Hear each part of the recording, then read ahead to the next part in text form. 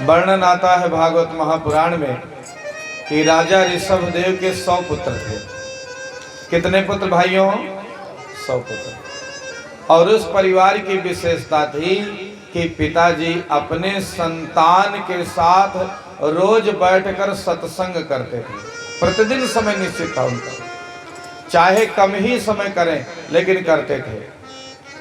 और यदि इस प्रसंग से हम लोग प्रेरणा लें और अपने घर में पिता पुत्र 1 घंटे साथ में बैठे तो मनमुटाव होने ही ना पावे, क्योंकि परिवार में मनमुटाव का सबसे बड़ा कारण है आपसी संवाद का न होना। भैया 1 महीना 2 सगे भाई आपस में हालचाल न पूछो, वो आपके सामने से मुंह बंद निकल जाए, आप उनके सामने मुंह बंद निकल जाओ, बिना कारण के मनमुटाव हो जाएगा। इसलिए काम कोई हो या ना हो तो भी भाई भाई को कभी भी बोलचाल आपस में बंद नहीं करना चाहिए। ठीक है, यदि भाई भाई में विवाद हो जाए, लाठी चल जाए तो भी कोई बात नहीं, लेकिन बोलचाल नहीं बंद होना चाहिए। आपस में भाई भाई भले ही लड़ लो, लेकिन तीसरा आदमी अगर आंख उठावे तो हर भाई एक साथ हो जाना चाहिए। ऐसी एकता होनी चाहिए। समाज को ये नहीं पता लगना चाहिए कि भैया उनके भाई भाई में कलह है, उनके भाई भाई में फूट है। इसलिए मेरी प्रार्थना है कि कभी भी, क्यों चाहे जितना बड़ा जानी दुश्मन हो अपना भाई, तो भी भाई की निंदा किसी बाहरी व्यक्ति के सामने कभी भी करना नहीं चाहिए। इससे आप कमजोर हो जाएंगे। आप सोच रहे हैं सामने वाला हमारा कुछ संवेदना व्यक्त करेगा, नहीं, वो ऊपर से कुछ भी कहे मन में बहुत खुश होगा, भला है कि इनके भाई भाई में बनती नहीं है। तो बाहरी आदमी से जब बात करें तो यही कहें भैया हमारे परिवार में बहुत प्रेम है, बहुत प्रेम है। बाहरी आदमी को अनुभव नहीं होना चाहिए कि हमारे परिवार में फूट है, क्योंकि मन की व्यथा यदि हमारे किसी को पता चल गया तो कोई बांटेगा नहीं, केवल मजा लेगा। रही मन निज मन की व्यथा, मन ही राखो गोय, सुनी ठिलई है लोग सब बांट न ले कोई। अगर अपने मन की व्यथा कहनी भी है तो संत और सदगुरु को कहो, जो समाधान दे सके। महाराज राजा ऋषभदेव अपने संतान के साथ बैठते और सत्संग करते। वे कहते हैं अपने बच्चों से कि बेटा जब भी घर बनवाओ तो घर में मंदिर जरूर बनवाओ। बताओ, हमारी माताएं बहनें बतावें कि किनके किनके घर में मंदिर है भगवान का। कोई जरूरी नहीं है कि आप एक कमरा बनवाओ, एक अलमारी ही छोड़ दो, उसी में ठाकुर भगवान को बैठाए रखो, शालिग्राम बाबा को बैठाए रखो, 2-4 देवी देवताओं का चित्र लगा लो, धूप आरती करो। हमारी कितनी माताएं बहनें अपने घर में भगवान का मंदिर बनाए नहीं है। हाथ उठाए नहीं हूं, मैं उठाए भी हूं। बोलो शंकर भगवान की जय। सबके घर में है, रखना चाहिए। कम बड़ा घर हो, बहुत पैसा है तो ये कमरा बनवाए दो भगवान का। महीना में 1 दिन पूर्णमासी को सत्यनारायण जी की कथा सुनो तो 2-4 लोग उसमें बैठ जाए, इतनी जगह हो। पैसा नहीं है या गरीबी है, कोई बात नहीं, तो आप एक अलमारी ही बनवाइए, लेकिन जरूर बनवाइए। यदि जिस घर में भगवान का मंदिर होगा उस परिवार का सदस्य कभी रोगी बीमार परेशान नहीं होगा, और होगा तो परमात्मा उसको जल्दी ठीक करेंगे और महाराज कष्ट सहने की शक्ति आ जाएगी। ध्यान रहे, ऐसा नहीं है कि धर्म कर्म करने वाले आदमी के जीवन में कष्ट नहीं आता है। हमने कल भी कहा था, यदि आप धर्म कर्म करोगे तो कष्ट तो आएगा। जैसे भैया अनिल कुमार जी, अगर आपने बहुत तीखा खा लिया और फिर आपको कोई कहे गुड़ खा लो, तो क्या गुड़ तीखा खत्म कर देगा? नहीं, तीखा को सहने का पावर अंदर विकसित कर देगा। इसी प्रकार जिसको जब जो दुख मिलना है वो मिलेगा, लेकिन जो परमात्मा की भक्ति से जुड़ा रहेगा उसको सहने की क्षमता उसके अंदर जागृत हो जाएगी। तो बंधुओं, जब घर बनवाओ तो कभी भी पूरब और उत्तर कोने में लैट्रिन बाथरूम नहीं बनवाना चाहिए। कहाँ? पूरब और उत्तर कोने में। जिनके घर में पूरब और उत्तर कोने में लैट्रिन बाथरूम बना है उनके घर की दुर्दशा देख लो। चाहे लाखों रुपए महीने आता है, लेकिन हतोहत और मारपीट बवाल मचा है वो अलग। क्योंकि वो ईशान कोण है, ईशान कोण भगवान का होता है। वहां मंदिर बनाना चाहिए, ना बना सको वैसे शंकर भगवान को ईंटा जोड़ के बैठा दो, सवेरे जल चढ़ाओ। लेकिन अगर लैट्रिन बाथरूम बन गया ईशान कोण में तो परिवार के लिए बहुत बड़ा घातक होने वाला है। कभी भी भूल से अगर जिनके घर में है तो उसको बंद करिए। ये बहुत बड़ी वैज्ञानिक बातें हैं, हमारे शास्त्रों में तो पहले से लिखा है महाराज। अब जो भी मकान का नक्शा पास करते हैं इंजीनियर, उनको भी वास्तु शास्त्र पढ़ना पड़ता है। बिना वास्तु के घर का नक्शा नहीं बनाया जा सकता है। और हमारे यहाँ पुराणों में तो पहले से, शास्त्रों में पहले से लिखा है। ध्यान रहे कि जब घर बनवावे तो पूरब उत्तर कोने पर भगवान का मंदिर ही होना चाहिए। फिर आ जाइए आग्नेय कोण। आग्नेय कोण क्या होता है? आग्नेय कोण होता है पूरब और दक्षिण कोना। पूरब और दक्षिण कोने पर रसोई होना चाहिए। जिनके घर में पूरब और दक्षिण कोने पर रसोई है, उनके घर में किसी का पेट नहीं खराब होता, एसिडिटी, कब्ज, खट्टी डकार नहीं आती। क्यों?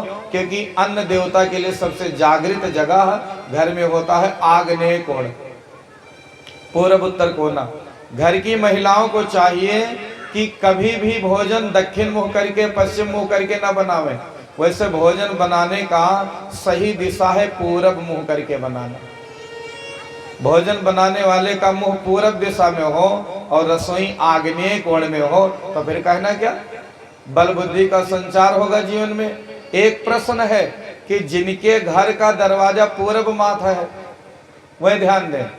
जिनके घर का निकास पूरब है, उनका रसोई तो बहिरन हो गया, तो बाहर रसोई कैसे बनवाओगे? तो जिनके घर का दरवाजा पूरब दिशा की ओर है, उनको रसोई बनाना चाहिए उत्तर और पश्चिम कोने पर। कहाँ? रसोई के लिए शास्त्र दो जगह बताते हैं।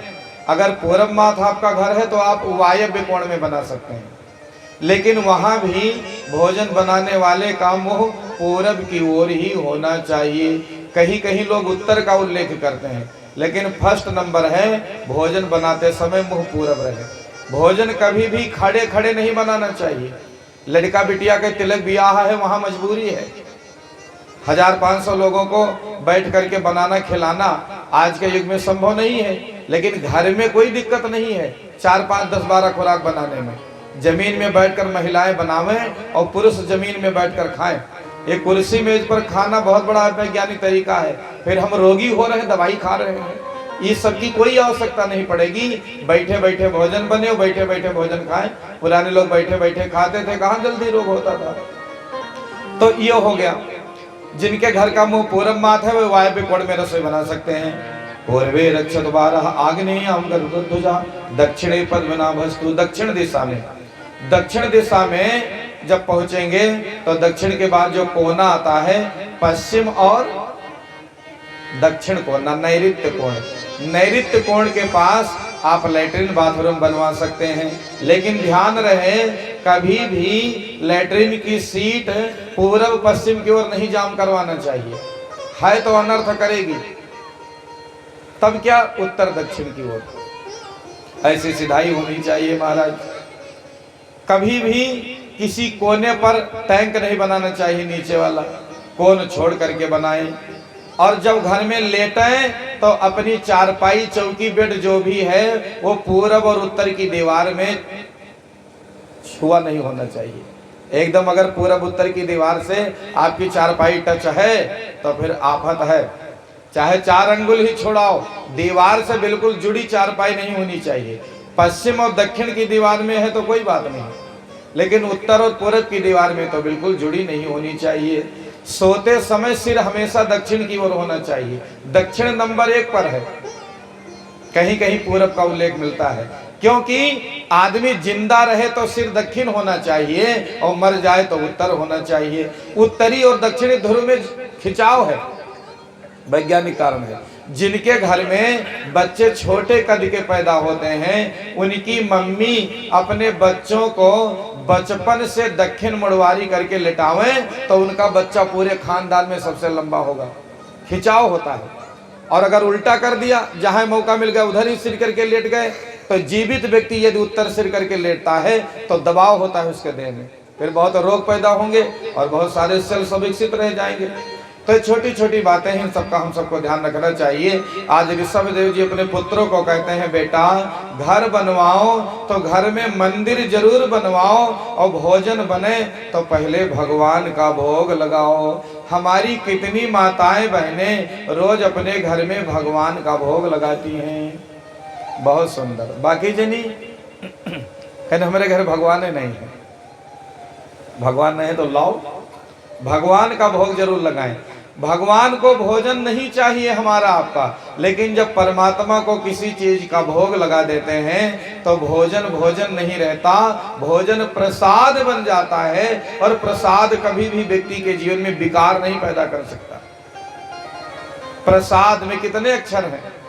प्रसाद, प्रा माने प्रत्यक्ष या प्रभु का, और सामान्य साक्षात, और दामान्य दर्शन। तो भगवान के अंश आ जाते हैं भोग लगने पर। भोग जरूर लगावें भगवान का। और तीसरा बताया सत्संग जरूर करो। अब सत्संग कहाँ पंडित जी रोज भागवत वाचने आएंगे, कहाँ आप सुनने आओगे?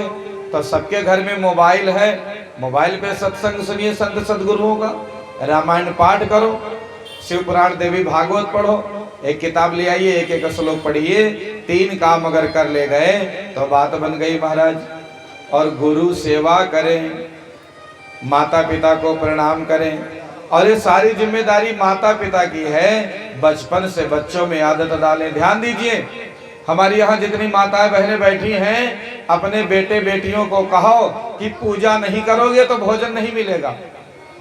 नहा करके शंकर जी को जल चढ़ाओ, सूर्य भगवान को जल चढ़ाओ। मम्मी चाहे तो भगत बना दें, और मम्मी चाहे तो चोर चंडाल बना दें। इसलिए बचपन से आदत डाल दोगे, बड़ा होकर के भी वही करेगा। उसको तो चैन नहीं पड़ेगा बिना पूजा पाठ किए।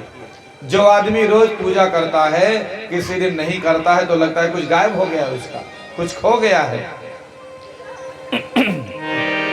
माता शत्रु पिता बैरी,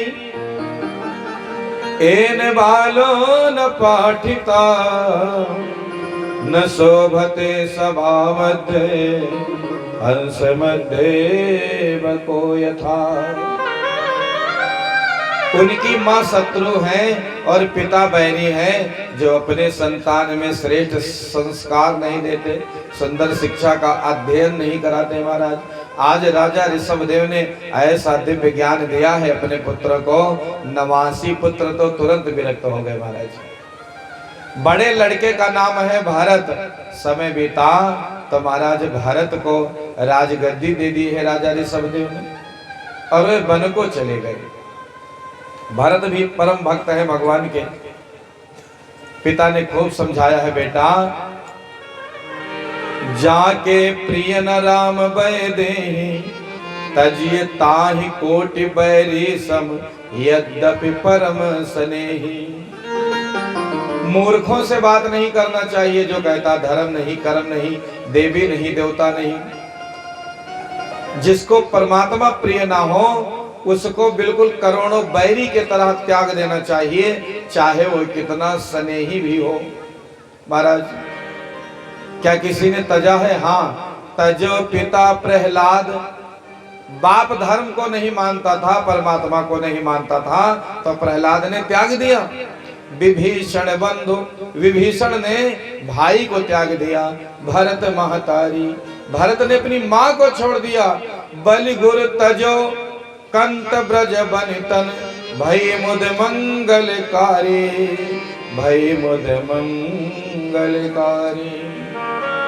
पिता का दिव्य संदेश, दिव्य सत्संग प्राप्त किया भरत ने, और पुत्र की तरह प्रजा का पालन करने लगे। राजा ऋषभ देव तो चले गए वन को तपस्या करने। लोगों ने सुना कि कोई बहुत बड़े संत आए हैं, लोग दौड़ दौड़ के पहुंच गए। बाबा हमारे पत्नी में बहुत कलह है। कोई कहता बाबा हमारा भाई भाई का बड़ा झगड़ा है। कोई कहता बाबा बेटा नहीं सुनता, कोई कहता बेटी नहीं सुनती। तो महाराज ऋषभ देव जी को चिंता हो गई कि आया था प्रभु सुमिरन करने को, ये तो दुनिया में अच्छे फंसे। तब उन्होंने अपने सारे कपड़े निकाल कर फेंक दिए, मुंह में एक पत्थर का टुकड़ा दबा लिया, मलमूत्र का वहीं परित्याग कर देते। लोगों ने कहा थू थू, ये तो नंगा बाबा है, इसके पास नहीं जाना। ऋषभदेव जी प्रसन्न हो गए, धन्य हो, कम से कम इसी बहाने मुक्ति मिला तुम लोगों से। परमात्म तत्व का चिंतन किया है और अपने शरीर का परित्याग कर दिया।